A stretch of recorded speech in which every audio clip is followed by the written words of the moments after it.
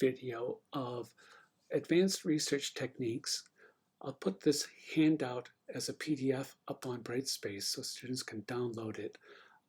In normal classes, I have students pick a topic here of whatever they're interested in and do a bit of a presentation in class so that students can share good sources of information.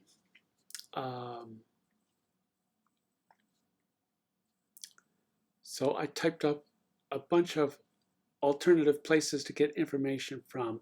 You see Wolfram Alpha is here, directories dmoz.org, Metacrawler, Dogpile, these are all old multi-search engines. Google Advanced Search, Google Scholar, Google News, Boolean operators, if we can remember what those are. Pew Research, just quickly, procon.org, we covered that before. There's something called the dark internet and the deep internet, and surfing versus searching the internet. Students have done reports on this before. The databases at school we've covered. Opposing viewpoints are good. Online reference books like dictionaries and encyclopedias, those are good. When it comes to the MLA guidelines for citing your sources in a research paper, there are great places to get information from, like owl.org. easybib.com will type up your works cited entry for you. You can copy and paste that into your works cited page as well.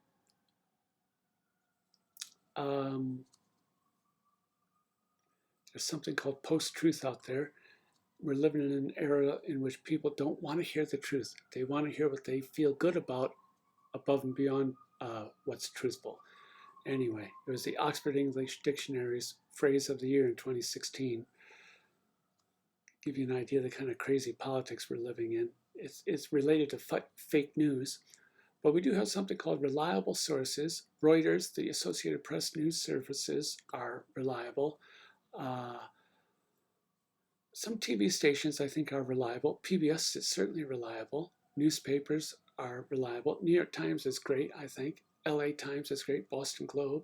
So these magazines, Newsweek and Time, what US News and World Report, some magazines are very reliable. What's unreliable is this fake news stuff, mainly Fox News, Breitbart certainly is that crazy right-wing stuff. Drudge Report is right-wing. Huffington Post is left-wing, liberal. But I don't think it's as reliable as the New York Times or traditional sources. So I actually like Huffington Post. I think it's okay, but it's definitely liberal. It's biased toward the liberal side, so that has to be considered. Wikipedia, you're taught not to use because it's not completely reliable, although I love it.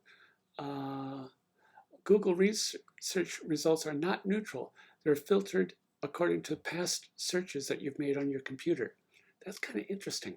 It means we're locked in a bubble of always getting the information we want. We can never get pure, neutral information. Fake news, students have done reports on where fake news comes from. What's a troll? What's a bot?